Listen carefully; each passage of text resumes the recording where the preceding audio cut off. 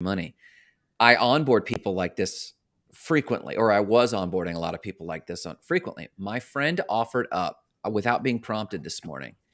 He said, you know what? I got to confess, you're challenging me to do more and take more action. I said, yeah. And to be less of a talker. I said, yeah. And he said, you had me open up that Coinbase account and you sent me money. So we got that far. He said, I've never purchased another bit of crypto since. And this is like over a year ago. He said, we did invest together we have an investment club and we invested together. And this was before Wonderland took a dump. And we're still dollar cost averaging that money. He said, but I don't know what it is, but I freeze and I don't take action. Now, because we're talking a little bit about entrepreneurship today for those just jumping in, and we're letting crypto touch other areas of our life like entrepreneurship, I'll pose this question. Maybe I'll pass this mic to Jay. Jay, is there anyone in your circle, maybe your podcasting students, that you have made it easy, almost too easy, and they just don't take action? Is there any examples you have from your circles like that? Yeah, I mean, I think that happens. It's certainly happened in podcasting, not like calling out anybody in particular, but it also happens, I think, in a lot of other things, right? Like, it's not just investing in podcasting, but like if you like, I know I have friends who were really great athletes when we were younger, and they had opportunities to get college scholarships and that type of stuff if they had just shown up Yeah. and and just participated in the practice. They would have been free ride to whatever school, and they just didn't go that day. Yeah. Like a lot of people, sometimes you get put in that position, Yeah. and you just psych yourself out of it. Maybe you tell yourself that it's not for you, or you don't want to do it, or you want to do something else. But oftentimes I think we end Interesting. up regretting that. Like you live like with the what if. Yeah. And that leads to a further question I'll pose to both of you. Are you conscious of I call those, Jay, I call those threshold moments. They're moments where you are offered a chance to step across the threshold to a higher level of yourself. Can either of you point to a threshold moment where, even though you might have been scared, even though you might have had internal resistance, you recognized it for what it was, a symbolic moment that I don't know if I'm going to succeed at this, but if I don't step into the threshold, I am missing a life opportunity. Could either of you recount for us or the audience that moment or one of those moments for you? I'm super curious because as soon as you were talking, Jay, one came right to mind, and I'll give mine later. But either of you have those moments? Chat, what do you think? I'm thinking, and this is like an ironic thought, but I'm thinking two things. That I think one of the moments was for me going to grad school, because I applied to Mm, grad school when I yeah. was in the Peace Corps. So I was living in Colombia, volunteering in Colombia, and I remember I was living on the coast, so I had to fly down to Bogota and went with a buddy of mine, Drew Williams. Shout out Drew Williams, and we had to go take the GRE. And so there was a lot of steps I had to do to apply to grad school. Like when you apply to grad school or college, there are a lot of steps, and it's kind of like applying to a job. And so you're constantly aware that this thing that you're trying to do is getting closer and closer, and you're Yeah. really excited for it to get there. And then when it happens, it's like, like it's here. Yeah. And I think if you've ever graduated from any school, from high school, from college, from undergrad, from your PhD, there's that moment where you're kind of walking down the aisle or wearing your regalia or you're getting married or any of these life-changing events. And I don't necessarily know if we're necessarily cognizant of those moments in the moment. At least for me, I'm highly not cognizant of the moment in the moment. However, when I look back, I'm like, whoa, that was a big deal. And I Yeah. have a good example. My buddy just got married, and I took his wife and he out for dinner, and actually I'll brag a little bit about my gift to them because I thought it was out of the ordinary. So they had a registry, and then I'll get back to the point, but they had a registry, and I could get them a couch or put into their couch fund or their honeymoon fund. But what I did was I had my buddy who's into real estate come over, and he and I worked out a deal, and he went through their apartment and gave them really good advice on things that they should consider updating, strictly keeping in mind the ROI because they are going to sell probably in the next 5 years. So it was after that I took he and his wife out to dinner. This was the other part of their kind of Christmas gift, excuse me, wedding gift. And it was during that conversation where I was like, how was the wedding? And they were like, oh, we don't even remember. Like it was just a blur of family and friends. And it wasn't because they drank too much. They didn't drink a Yeah. lot at all. Yeah. They were just so caught up in the emotion of the moment. Yes. And in many ways, they were in their flow state of happiness. They were just right where they were supposed to be. And they weren't thinking about the past. They weren't thinking about the future. They were just in the present. So for me, I think looking back, it was probably going to grad school and then graduating from grad school. And then one of the other moments that I think, the only other time I think I knew that I was crossing a threshold is out of grad school. Everyone went to get jobs at nonprofits, the UN, UNICEF, big changing things, these institutions. And I, with the guy I did Peace Corps with, we put together a business plan and we went and got a pretty good size investment from some investors in Philly. And at that time, we're like, what are you doing? Like, this is not what you're supposed to be doing. Like, you have an international affairs degree. You should be working with the IRC or somebody, somebody who's doing something a little bit more. But we had this plan and we went to execute it. And there was a moment there where I remember being like, this is the other path. And I feel like whether it works or not, this is what I'm supposed to do. And it's led me to where I am today. And I learned so many lessons. And so that would probably be my only moment. And that was a long way to get to there. But I do think that sometimes I use my buddy's wedding as an example, because I do think sometimes when we're in these moments, we don't realize it. That's true. And this is also when you have some of your best moments of your life, you look back like, oh, that was awesome. It didn't seem like it, but it was awesome. So Jay, I'll pass you the mic if you've thought about it and have a moment. Yeah, no, I think that was a good example.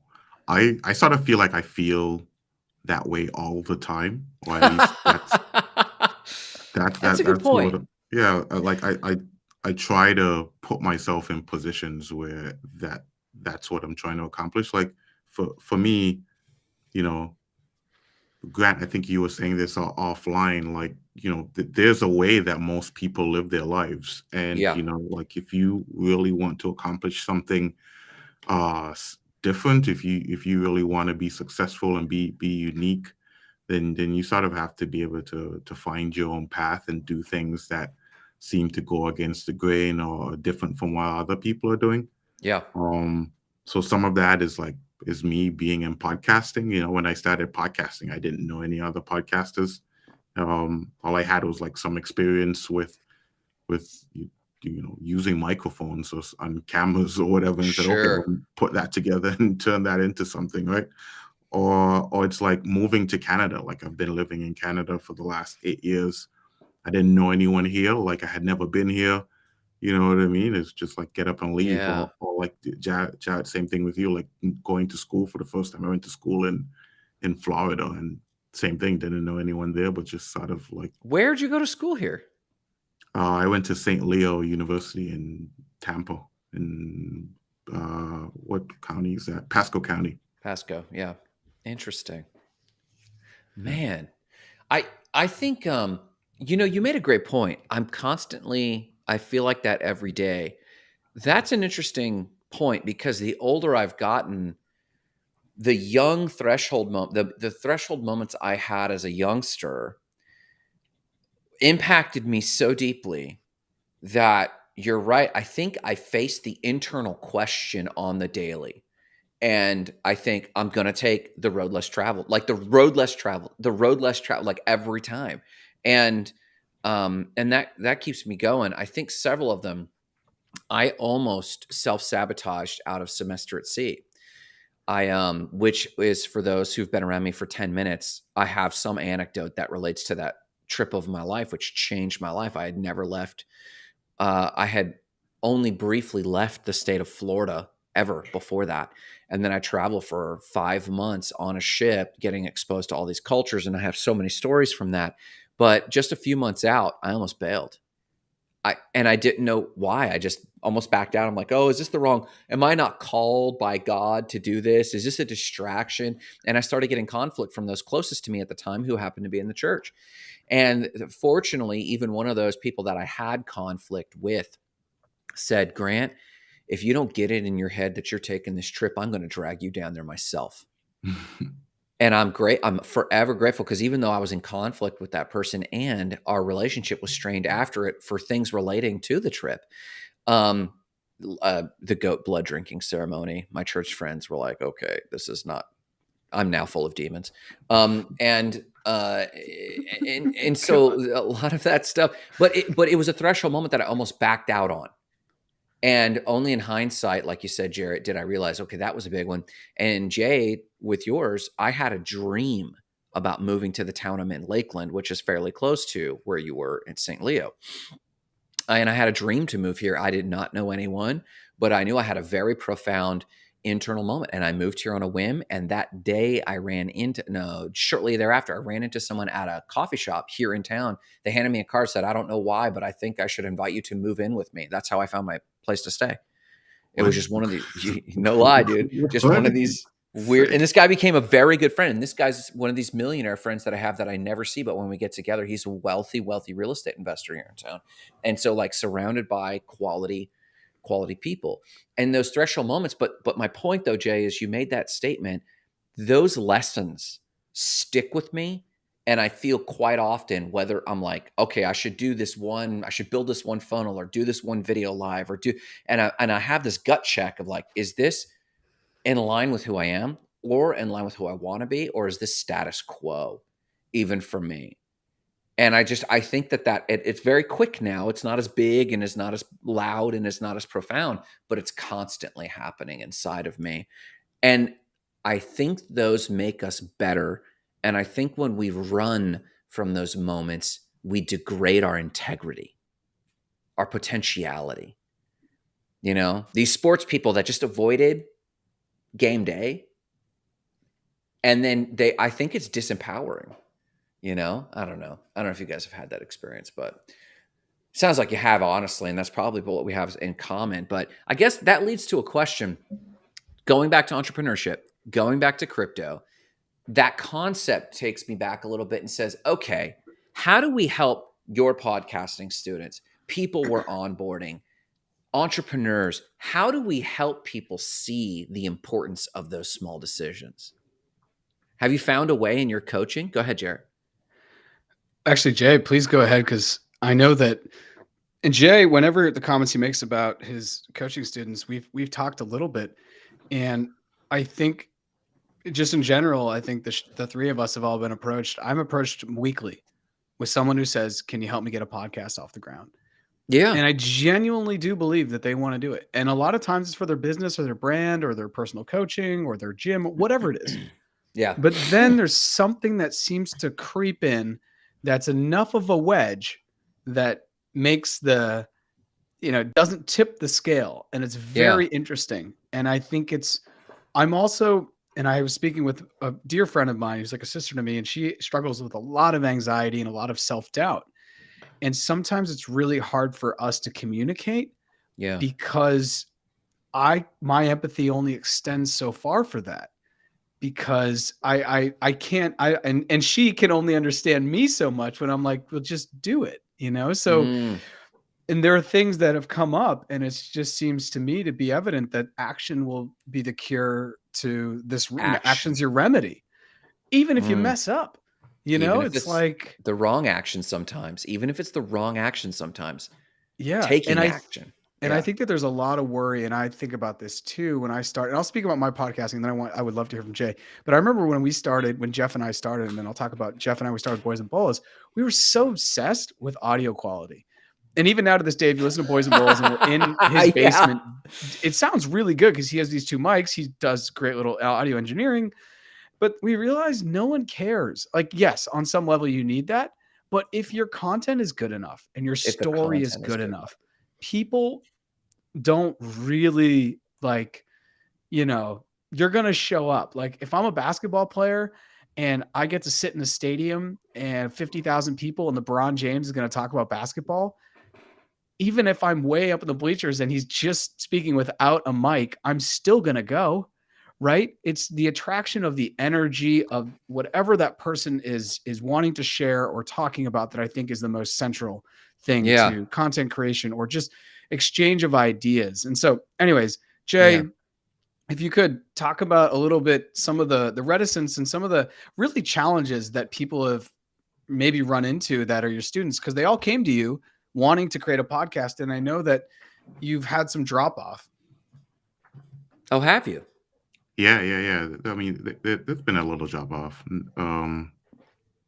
Not a ton, but yeah, but I think it's like it's one of those things, right, where the saying is like you can lead a horse to water, but you can't necessarily make them drink. It's like I think like it's like Jared was saying, like lots of people want to create content, but you know everybody's their own person, and Yeah. you all have like your own lives and your life experiences and things that sometimes you put in your way, sometimes other people put in your way.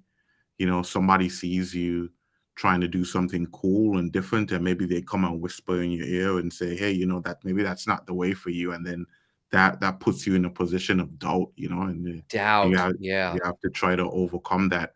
And not all of us are in positions where we can overcome stuff when somebody comes and says something negative to us. And Yeah. the way I figure it is like, you know, you can't force someone to do something, right? It's sort of like it's up to you. It's like this whole thing about like I was watching this, I forget what I was watching, something about like whether or not inequality is inevitable. That you'll always have more people that have less than the few people that have the most. And Dang. and even though many of us have the same abilities and the same opportunities, or like if you look at the people who are very wealthy today, when that generational wealth started out, their families Yeah. had nothing, right? They That's would have right. been immigrants, or they're trying to escape war or famine or something like that, and they figure it out, and then they become wealthy and they pass that on to Yeah. their families. Like there are many people in that position today, right? But most of those people won't become wealthy, and it's not for necessarily the opportunity, but it's something else, right? It's just something that we can't necessarily pinpoint or speak to, or that's Mm. not necessarily tangible to us. Yeah, I want to build on this idea if I can, Grant. I was listening to Naval Ravikant talk last night. There's some podcast. I'm not exactly sure what it was. And he had on a guest. I don't remember the guest's name. I was just kind of, it was on YouTube once again, using YouTube just to listen to audio. And the guy was like, look, if Michael Jordan were to come to 100 basketball players when they're in middle school and say, this is what you need to do every day. This is what you're going to do in high school. This is what you're going to do in college. And then when you get to the NBA, this is what you're going to do. He's like, that roadmap would not work for any of them. And that same roadmap may not even work for Michael if he were to go back in time, because then he's Yeah. forcing it and then he's trying too hard to stick to a recipe. And his idea was like everyone kind of has their own recipe. And and the way he explained this was he said, people come up to me all the time because I'm a wealthy person and they say, hey, give me some stock tips. And now this is Naval talking to kind of Yeah. balance this. And he says, anyone who asks for stock tips or movie recommendations or book recommendations, they don't actually want to read. They're Yeah, just Yeah. trying to skip ahead, because if you Yes. really want stock tips, you're going to go figure it out yourself, come up yeah, with your own system that works for your risk profile, and then invest. And that has changed the way, and this happened yesterday, but it's changed the way I even think about how you ask others who know something, a specific knowledge. You have to really reframe how you ask them questions, because your answers are only Yes. going to be as good as the questions you come up with. So it's like when people are asking me about crypto and they're saying, if someone says, hey, how do I get rich? How do I take $100 and turn it into $1,000? How do I go 10x in crypto? Well, I could probably point them towards coins. I could probably do this, but I know it sounds super generic, but really DYOR, this is the Dior, not a fashion brand. You got to do your own research, because the way you get there will probably be different from the way I get there and other people get there. And I just thought that Yeah. was absolutely fascinating. The idea that anybody asking for me for how to get rich in crypto doesn't really actually want to get rich with crypto. They just want to Yeah. get rich. anyone asking for stock tips, they don't actually really want to learn about the stock market or the Yes. investigation you must do into figuring out what stocks maybe are going to hit than others, understanding how the Fed plays a role, understanding how the CPI that's coming out this Thursday will play a role in market behavior. And anyway, so I wanted to just build on what Jay was saying, because I think that there's an idea here that there's a recipe for things. And I Mm, truly do believe that even if I went back in time and talked to myself at 15 and said, do all these things, aside yeah. from maybe my two biggest points of advice, which would be do more yoga and buy Bitcoin in 2009, Do more everything yoga. else would be different. So, Yeah. anyways, putting that out there. Well, I mean, I think it's the difference between principles and shortcuts, you know? And, the formula for gravity, you could say it was invented, discovered, articulated, but, you articulate it in math symbols, and that's someone doing crazy ass math. And that's one language, that's one context in which to communicate it. And then there's the soothsaying about gravity, it's just like, hey, you don't roll out of bed. And like the one I always say is, at some point, you don't roll out of bed and worry that you're going to float into the sky. You just accept the law of gravity and your awareness of it. And it's the same with like trading principles or the Michael Jordan example. At some point, I'm telling you, we have entire channels of content and industries of content that is based on the idea that there's a nugget in there that can that can help me avoid the principle. And that is the harder I work, the luckier I get. That principle is the hard work principle, the 10,000 hour principle. Like there's no shortcuts really. But if you really listen to the gurus, they're literally just saying that 1,000 different ways until it hits. Gary Vee gets a lot of trash, a lot of shit thrown at him for like the way he is. And most people can't get over his intonation, his vocalization, and how he presents. And they think he's, a lot of people who don't know Gary Vee, they think he's like a snake oil salesman, or he's just high powered, he's high energy, or something. Like he can't be legit in what he's saying. It's like, well, did you even hear what he said? Like if you just listen to what he said, double down on patience, invest in yourself. Don't get sucked into what other people are saying. Take your time. Don't look at me as an example. Like, actually, like even some of our sages, Jesus as one, don't do what I did. Don't put me on a pedestal. You go find your path and connect with the one. So this point has been around, that your point has been around, but in the pace of our society, it's almost impossible to accept that there's what Bob Proctor called the law of process. And that is we have to accept that there is a process for everything. And if that's true, then you start with the first step of 1,000. So I fully agree. Like, man, like Michael Jordan's suggestion is you just got to grind your butt off at the thing you think you want to do. And it's like, oh, well, I want to sample a flavor of everything on the world because that's what Instagram tells me I can do. And I want to date all the hot chicks and all the hot guys. And I want to have a high body count, but have high integrity. And there's Roger. You got to trust the process. I think the trick is, maybe that's what it is. Do people trust that if they follow the process, they'll get there? I think they might, but what you've just said is this is where I think if you just look at someone who wants to, and we'll just use content creation because it's right here it's right here. It's kind of what we're doing. Yeah. I think content creation is a low hanging fruit in the world we live because anyone could take out their phone on any of the social media that they may or may not have, download an app, take a video and throw it out there. But I think there's two camps. One is going to look for the process. Yeah. And other is realizing that the fact that the reality that there is no process is still a process. And that's is maybe true. where That's I thrive, you two thrive. When we're totally just like, yeah, let's put not Crypto Bros up. Let's, throw some videos on and we'll layer stuff as we go. But let's realize that the process is that there is no process, right? Yeah. The path is that there is no path. We're just in the flow. And the more present you are, the better things are. And I know that sounds like really kitschy and maybe a little like cliche, but You just helped me codify something that I've been scratching at for the Spark mental models. We call them freedom Sure. frameworks in State of the Spark. You just nailed it down. The process is principled. That's it. People That's all it think can be. process is procedural. Show Yeah. me how to make $1 million. There's math equation for this, and in theory there is, but no, it's the path is principled. It's You know? principled over procedure. I That's right. 100%. You just need to have 3 or 4 things that you're going to stick to no matter what. You know, if you are constantly spending half of what you make and you're investing half, and no matter how much money you make, you're going to continue to invest that same half, or maybe it increases. You know, there's a lot of people I think that I know who on their road to wealth, and whatever that looks like, everyone has different wealth goals. Yeah. It's like, okay, now they're making $200,000 a year, but now Yeah. they're moving in, if they don't own, they're moving into an apartment that's $6,000 or $7,000 a month. And it's like, do you need that?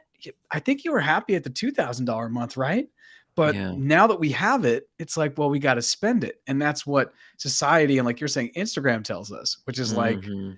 you know, there's a procedure to this, right? Like, as I make more money, I must do more things. But if it's principled, and it's like, no, I need to continue to keep, I only need, you know, $4,000 to live on. So even when I'm making 20,000 a month, that 16 can go compound and do something else. I can invest that. I can even donate that money. Yeah. That to me is true wealth. When you're able to give money away, you break the system.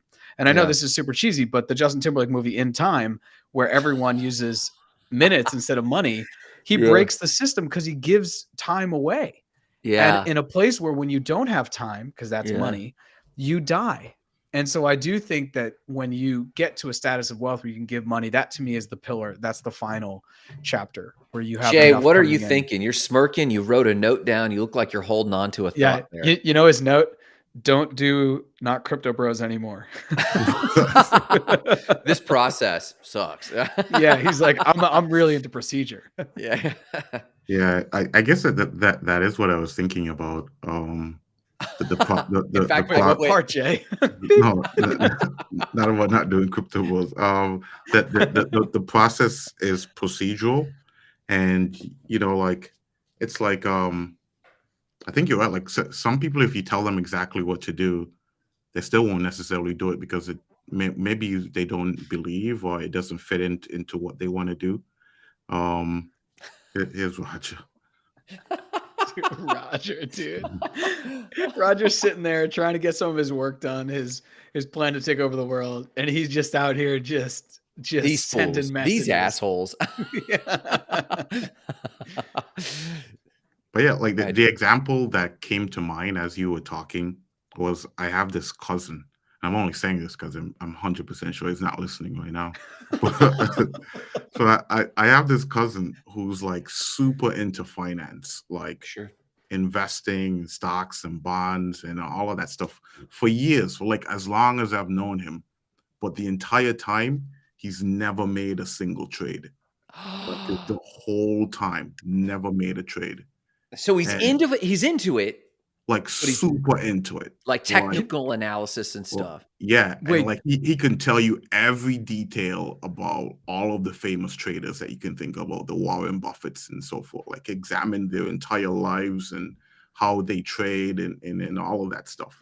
What? Yeah. I've never heard of this. Most people who are like really into finance get there, or like I know a guy and he started trading on Robinhood, and then he wanted to learn more because he wanted to get better at trading. And so he dove into books and he dove into different things, and then eventually finds Kiyosaki, and then he goes down this path, and then he's like real estate. And then, but Jay, how are you? Because that's like being super into golf, for example. You know, I watch all the tours, I have even the clubs, I wear the clothes. But I won't go to the driving range because that's a bridge too far. That's like what I'm picking up? Is that accurate? Yeah. And I think some of it is like Wow. some of the procedure is obviously there, right? But then I think a lot of it too is like, yeah, that procedure worked for Michael Jordan, but will it work for me? Like I'm my own person in my own circumstances, and sometimes you can just fight yourself out of a good position. And then sometimes I think it can be fear as well, because you look at even if Michael Jordan came and told you what to do, like along the way, they were better players than Michael Jordan, and they didn't make it. You know what I'm Yeah. saying? And so, like, you might start thinking, man, maybe it's just luck. You know, maybe it's just for some people and it's not for me. And you just sort of psych yourself out of that situation. That could be, it's rare though, like this idea of luck. I do think that, and if you talk to anyone mega successful, they often reference, I was lucky. I mean, Bill Gates is big on this. He does say quite often, I was lucky that I was at the one school with a supercomputer, and I was lucky that I would happen to be in the club with these guys. So I would say that if anyone who's quote unquote been there, I think that they would all say there is a degree of luck, but then they always pause and come back and say, but there's also umpteen opportunities that look like luck. And for someone to internally say yes and think of the potentiality instead of the limitation, think of the potential of something instead of the limit, and instead of saying, man, what if I did this and lost? And instead just simply say, what if I did this? What if I did this? And so my point is, like, yes, you might have plenty of other players who were as good at Michael at one point, but very rarely do you hear. There's another one. You guys remember Spud Webb? Oh Mhm. yeah, he's a short man. Short man, swore he was going to play professional basketball, not as like a shtick on Harlem Globetrotters, but I am going to play professional basketball. Now, we don't talk about Spud Webb the way we talk about Michael Jordan, of course. But let's compare the two in terms of living on principle. They lived on principle, they both lived on work, and you both recognize the name Spud Webb. It was still a household name because he still lived on principle. Roger says, good point, Jamie. My boy have that same conversation. The process doesn't always work the exact same way for everyone. And to this point, about what I'm saying about Spud Webb, but I think the principles do. I think I the think principles can apply more broadly yeah. than a menu and what to do. And when you think about sports, I think it's an easy example for us to look at. But like, there's two people that come to mind. Usain Bolt was too tall to be a sprinter, but he just Oh, decided to do it. He didn't fit I didn't know the that. sprinter's body. Normally, sprinters are like under 6 feet. They're stockier, smaller dudes who just have bigger legs and can kind of like pump really fast. He had this longer stride, and his body type was used before him really for like the 200 or the 400, where he could kind of open up. But he was like, no, I want to do the 100. And that's where he's ended up dominating and winning 3 Olympic golds back to back in the 100, which will never, ever be replicated. Because to be that good for 8 years is freakish. And Yeah. the other one is Steph Curry. Steph Curry was Mm. so skinny. The only look he got was into Davidson. And now, for many people, he's top 5 all time in their starting lineup because he's the best shooter. And he would just take a step back Interesting. anyway. And so you have these people that don't fit the mold, but they have the principle, which will help probably structure their drive or organize their journey. And it gets them there. Because both Usain Yeah. Bolt was not supposed to be a 100-meter sprinter, just like when they looked at him. They're like, it's not going to work. Steph Curry was like 145 pounds, 150 pounds going into college to play basketball. He was a string bean, and it shouldn't have worked out. And now, like I'm saying, he's top 5 all time. So Mm. I think that if you follow the principles, that's better than following the roadmap, because the roadmap's not going to work for everyone. Because people may Yeah. have looked at Steph and said, hey, in high school, you got to pack all this muscle on. But the fact that he was lighter and was more kind of agile allowed him to play a different game. And Yeah. I do think it comes back to, if you can't win the game you're playing at, you have to figure out how you can change the rules, or you need Yeah. to play a different game, Yeah. because too many people are trying to play games they can't win. Yeah. And this is, Yeah, we're that's talking good. strictly about entrepreneurship here, but I think a lot of people are trying to play games they can't win, and they don't realize it. And this is, I'm speaking also in my own life. I've tried to play games I, couldn't win, and I just didn't know it until it was over. Yeah. That's a great point. And in crypto, I do honestly think I just talked to Crescenda Barbieri. I think Cress, Jay. what's up? Yeah, I know her. Cress, what's up? You want to say Man, what's up? she was so fun to talk to. We had a great talk, and it shocked me. I didn't know until like 3/4 of the way through the conversation that she's talking to me from the Philippines, which Yeah. is like the midnight hour. And I'm like, Krez, I'm so sorry. And we were talking, and she asked me a little bit about some of my vision for crypto. And I said, I gave an answer, and I said, I think what happened in the last bear market of crypto is that you had a bunch of developers who were literally seeing and creating the future. They have a tech at their Hmm. fingertips that they can code when no one else can code this stuff, so to speak. They have an understanding that there's a small window of time where they can establish themselves, build out really interesting projects, and yet they failed. They didn't realize the game they were playing. They thought they were playing the Silicon Valley game. If I build it, they will come. But this, like everyone, you guys have seen Field of Dreams with Kevin Costner, or at least know what I'm alluding to. If you haven't seen it, it's a profoundly spiritual movie around the topic of baseball. It's a very interesting. There's Krez right there. Fantastic gal. If you guys Hmm. have not, for those watching, have not connected with Krez, I look forward to partnering. We talked about some partnership ideas, and we're going to do more. But what a pleasure. What a passionate person about BSV. She loves Satoshi Yeah, Vision right yeah. there. Satoshi Yeah, Does man. she? Vision. Okay. Krez, if you're Big listening, fan. you got to listen. Actually, I'll drop you. Episode 39 of More Than Blockchain. I have a guy on who runs a digital online arcade that uses BSV. He's a huge Satoshi Vision. He sent me over. He basically, like, I think they call it something different than orange pilling. I think it's called the black pill. He tried to black pill me. And I think his arguments around micropayments are pretty succinct. So BSV, everybody. Well, and you need to actually join her group. She has a fintech group that Yeah. she's put together that is active. It's a very active group, and there's some prolific LinkedIn people who are connected in the space in her group. She's really a good team connector. Hmm. But we were talking about the bull market, and these developers thought they were in the Silicon Valley. If you build it, they will come game, and they weren't.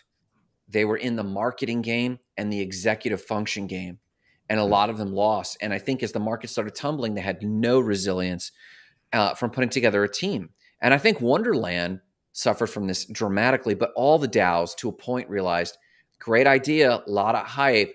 We have no real executive capacity. And so to your point, Jarrett, you have to recognize the game you're in, or if you are in the midst of failing and realize, oh, I'm in here playing basketball and I'm actually on a football pitch. I'm playing the wrong game. Like, you have to change your tactics rapidly. But most people are too married to their thing. Their identity is stuck in it. And this was one thing that I was thinking about with Krez. She was talking about Bitcoin Satoshi Vision, and Jarrett as a Bitcoin maxi, as a BTC maxi, I think. Um, Sure. Noted about episode 39. She catches you there. Crescendo, As a I'm dropping it in right now into the chat. So Please do. Yeah, it's into happening. the comments. So as a BTC maxi, do you ever second guess or double check your assumptions so that you are not stuck in a confirmation bias loop?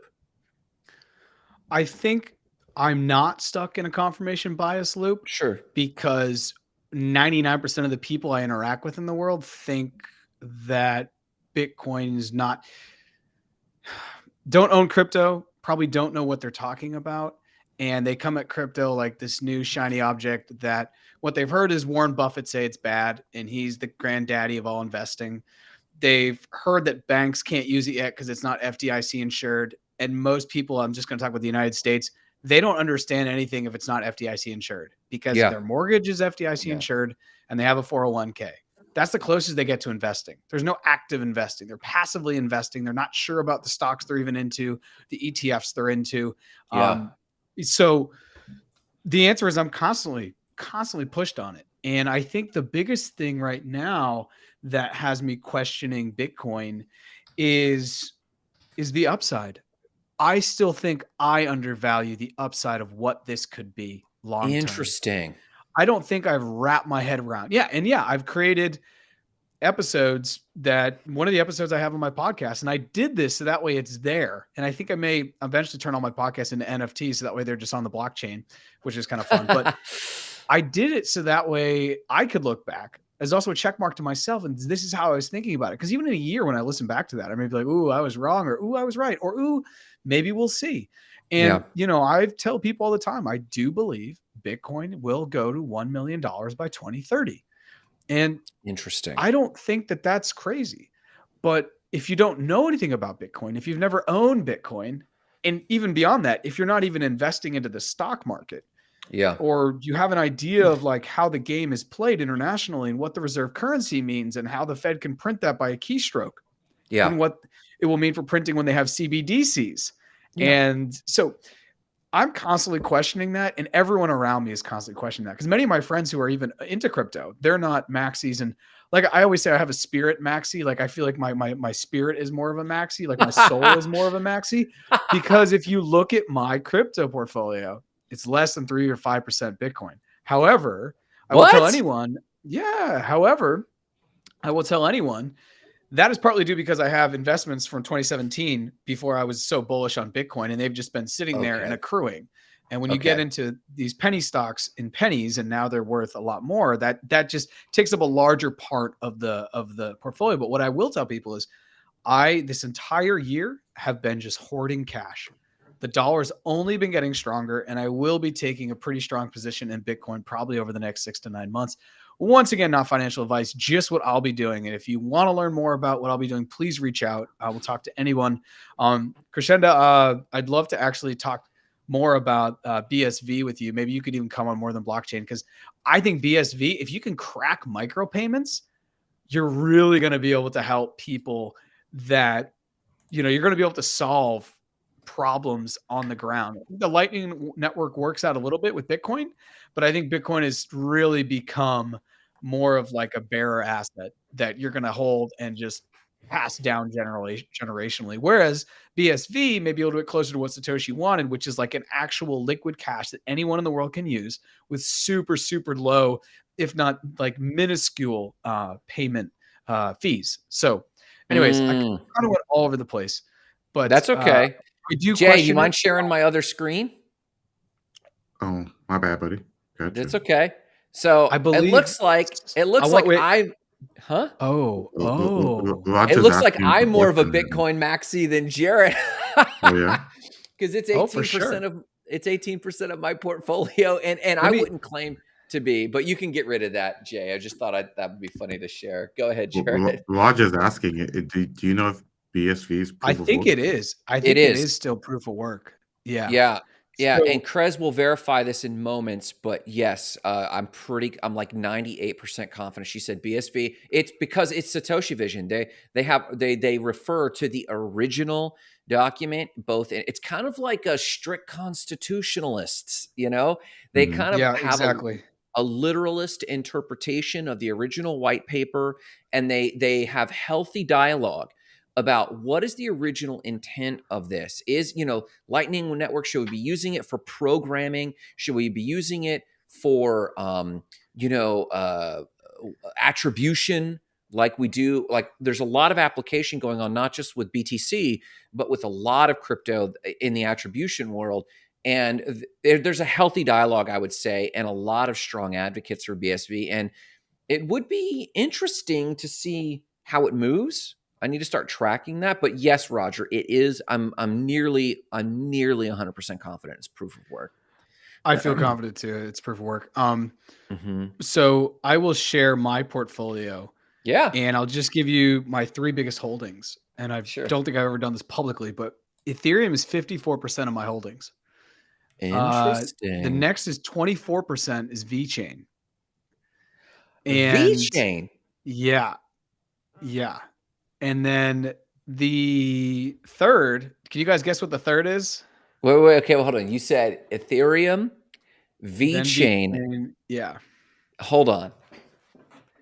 Let me see here. You're a tough cookie. If you tell me freaking shitcoin, Elon Inu, I'm going to be pissed. Actually, SHIB. I don't own any SHIB. Very smiling face about that. Jay, what's your guess? Thanks, Grant. I'm gonna say it's gonna be like Solana, maybe. I don't own any Solana either. It is Engine. Oh, Interesting. I love Engine. I hold Engine. Let's see how much. Yeah, Engine I bought Engine. One of the first things I bought in 2017 off a tip from a guy named Jason, who is my crypto guru. If I have any questions, I go to him, and he's like my Obi-Wan Kenobi. I guess I'm like Luke Skywalker. That's a weird analogy, I'm sure, but he was like, get in on VeChain and get in on Engine. You won't regret it. And I was like, okay. And I have not regretted it one bit. And I'm going to Interesting. continue to stick with those. And I think throughout the crypto winter bear market, I'm going to continue to firm up all those positions, as well as put a lot of resources into Bitcoin, because I just think what I think Bitcoin is going to allow you to do, I think Engine will appreciate and Ethereum will appreciate and VeChain will appreciate. But what Bitcoin's going to allow you to do is it's going to allow you more easily to use it as collateral to get US dollars out, to get little fiat out. And I think that's going to happen when the banks realize how scarce that is, and once it becomes something that the FDIC can wrap their mind around, and the government, because it's already being used right now to create collateralized, basically, loans for mortgages. So it's going to be the thing that you're going to be able to use if you want a HELOC loan or whatever, or if you just want a loan from the bank. Just say, yeah, look, I have this. And then you'll sign something. I don't know if it's going to be on smart contracts, how exactly it will work.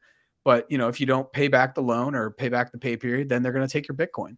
But it's going to allow you to use it. I think it will be the biggest crypto, the first big crypto you're going to be able to leverage to get fiat currency back at really, really, really low rates. The way that Grant Cardone gets super, super low rates because, he gets $1 billion at like 1% because he's Grant Cardone and he has all this real estate. Well, when you have all this Bitcoin, then the banks want some exposure to that, or however they want to use it, or they'll be like, yeah, that's as good as having a single family home. When a Bitcoin's worth $1 million, it's going to be a lot more rare than the single family home in America. So that's just in the United States.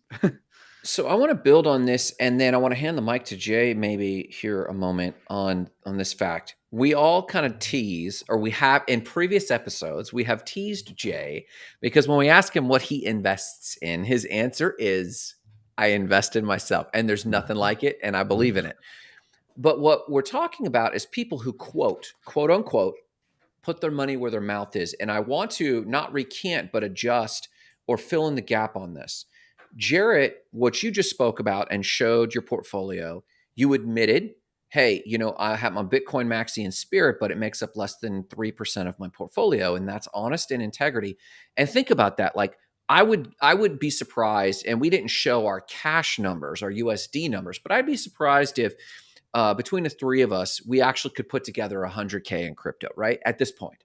The story goes, I bought crypto back in 2011. But the story behind the story is I sold it when it was at $2,000, right? I didn't hold on to the true run and disseminate it, but it's funded a lot. And over time, I've made a lot. But I think between the three of us, we would all be shocked if we could put together over 100K in this.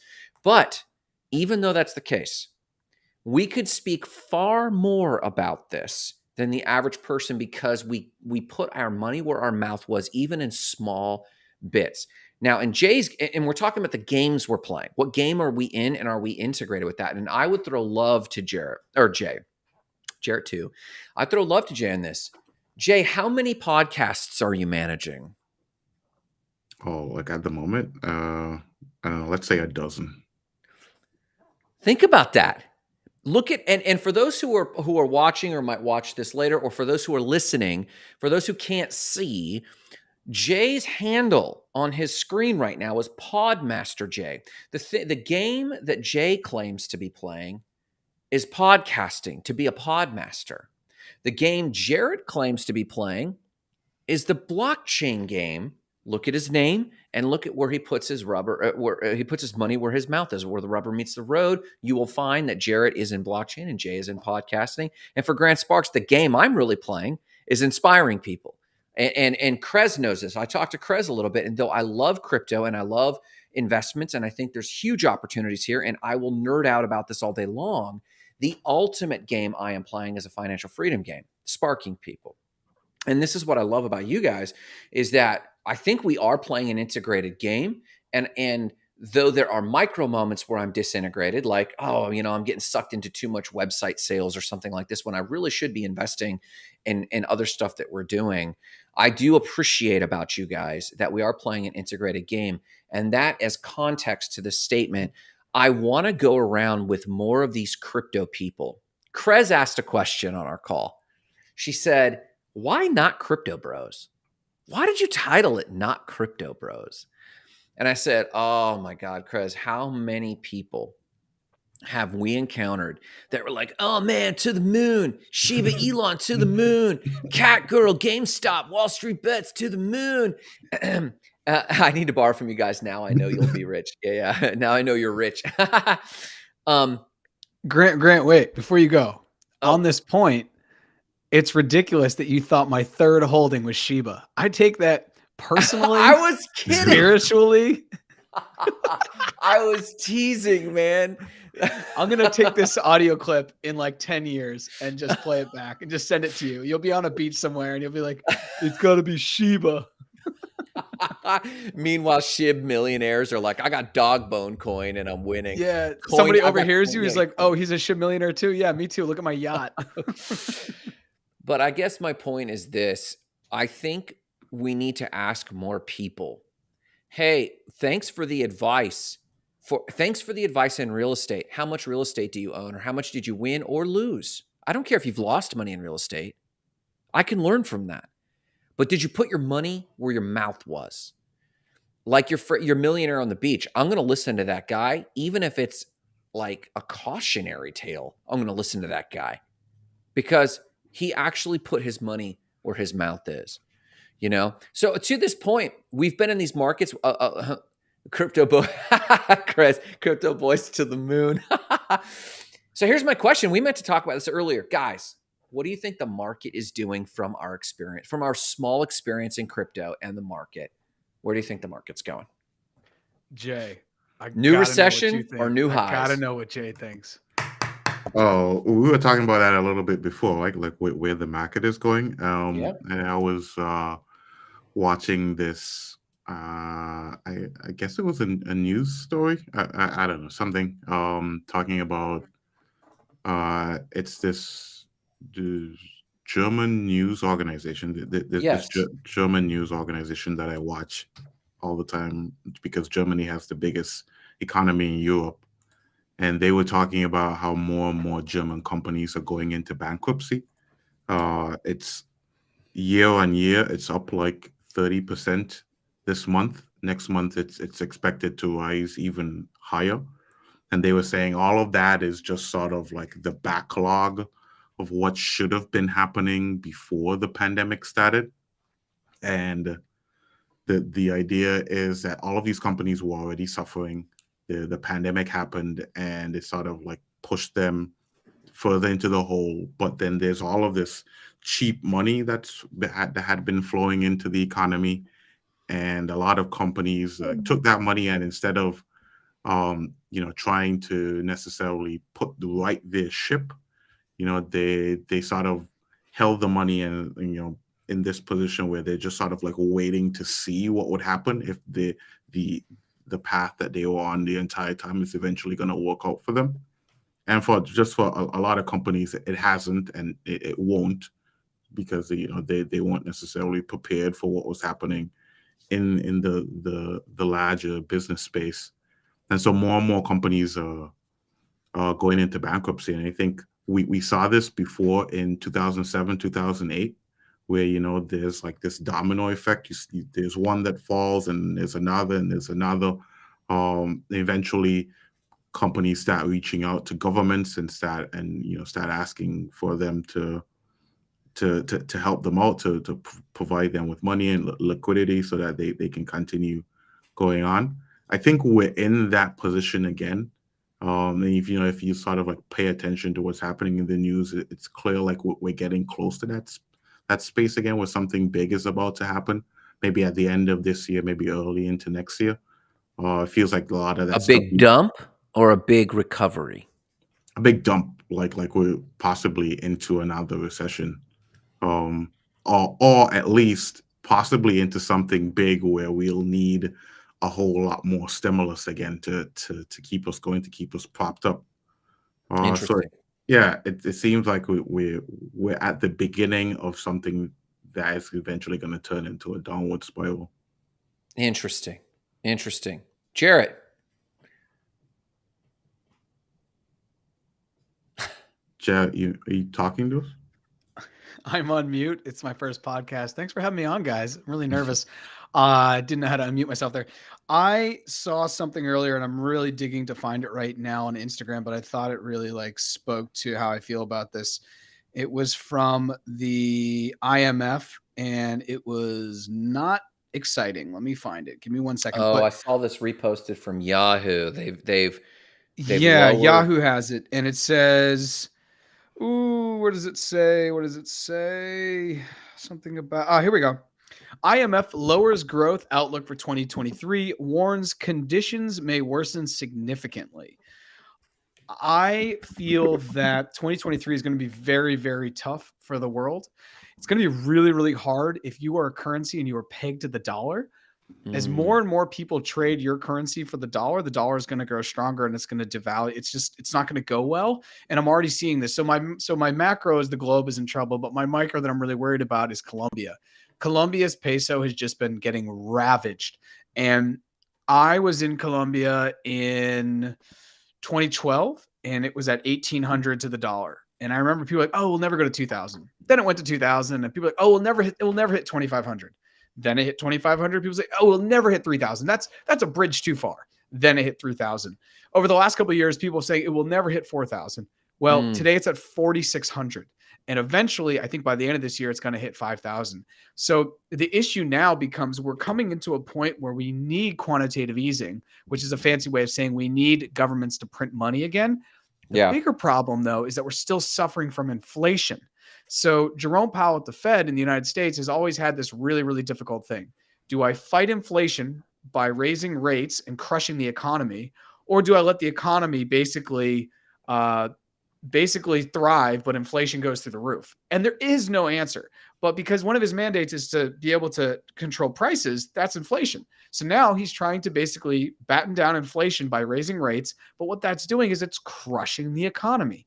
So I Interesting. know, and people say this all the time too, and this is one of the misnomers that I really want to push back on. People are always like, "Well, the the unemployment rate is down," and Yeah. I'm like, the unemployment rate can also go down when people stop looking for work because they're just so basically like, this isn't going to work. I've been looking for work for 6 months. I'm going to stop looking for work. When the person who stops looking for work just stops and then they're just going to be woefully unemployed forever, but maybe they're not even getting benefits, so they're not being tracked, then they're not counted in the unemployed and employed. They're kind of in this purgatory, and that's the way the system was set up to really Interesting. not be able to grab the entire amount of what's actually happening.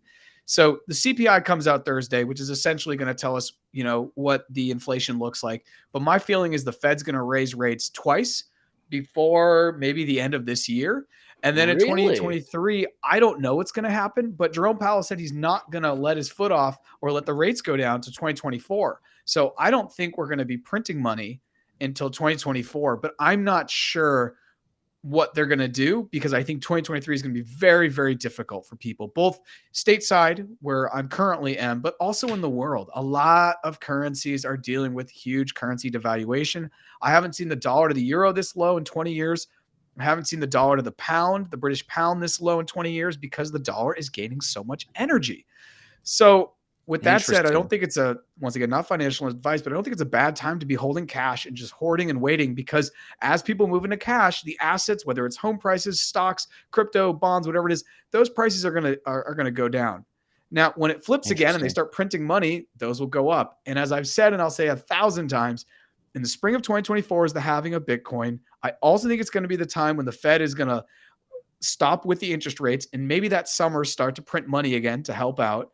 And you also have the US election, which is going to throw things off again. So I do think 2023 into 2024 is really set up for a stateside political quagmire with the election. How are we going to solve these issues? Inflation's through the roof. And then globally, so many countries are hurting so bad because, once again, I'm just going to use Colombia as an example. Colombia's peso's been devalued by almost 23-24% in just the last 6 months. So if everything you go to buy is that much more expensive, it really hurts, especially the people that are on the economic edge that don't have that Mm. extra, we'll put it in US dollars, don't have that extra $20 a month. They literally just don't have that. So then they start to cut things.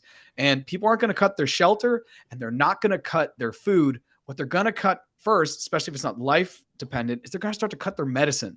So they're going to start taking less care of themselves. And this is obviously a Interesting. slippery slope towards not good things. So Yeah. anyways, there's my 2 cents. That is some analysis. And I know it's 1 o'clock. We gotta, or it's the hour mark. So if either of you got to bail, feel free to. Real quick, interesting true election year of the coin. Market usually jumps. From Krez, I'd also like to know, does the BSV halving happen at the same time? That would be curious. And then as we go into shout outs, I want to hear a shout out and then just like a short clip answer. I guess your answers already answered this, but I was going to ask, so you guys don't really follow or subscribe to what the Cathie Wood prediction is, that this is actually a false crash that we're seeing, and it's going to surprise everyone the way they turn around. Did you guys watch that video at all? I think I watched it and I've heard Cathie Wood talk about that. I think that she's being misled. uberly optimistic. I don't think she's Yeah. reading the signs, and I don't think that All she's right. gone into a grocery store and looked at the prices. I put up something on Twitter the other day, and it was just this almond milk I get. So we're super anecdotal. We're super micro level. This one human being is going to talk about how this one item he always buys at the grocery store, which for me is this almond milk, and it's gone up 21% just in one jump. It went from 279 to 349.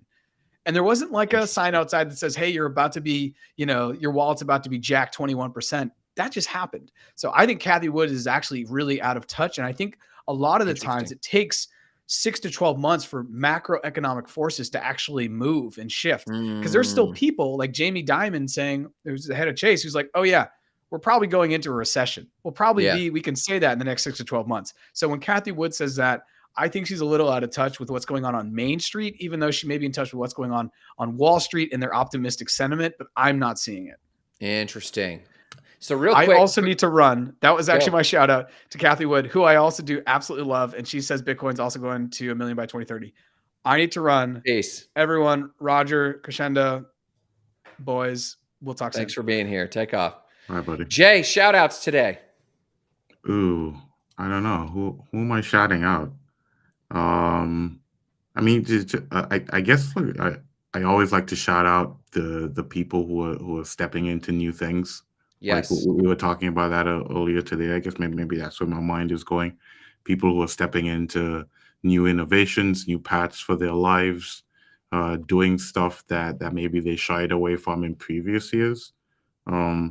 It's amazing how the year is almost at an end, right? And It's almost there. Yeah, I think me included, a lot of people, me included, sort of looking at it retrospectively, trying to figure out like, what did I accomplish this year? I've got 3 more months left in the year. How can I end the year with a bang, and trying to do as much as I can. But yeah, so shout out to everybody who's out there trying to end the year with a bang. Yeah, and my shout out is this, and real quick, the comment didn't come through the screen here, but on my own, George Tortorolo, and George, forgive me if I'm butchering your last name. George says Cathie Wood, and if you don't know George, follow George. He's got phenomenal stuff he posts on LinkedIn. He follows crypto very closely.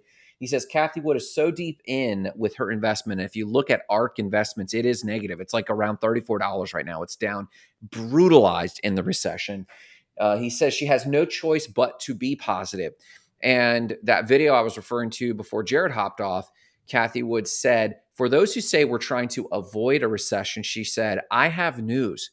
We have been in a recession. And that was kind of her posture. We have been in a recession, and those numbers might be coming back.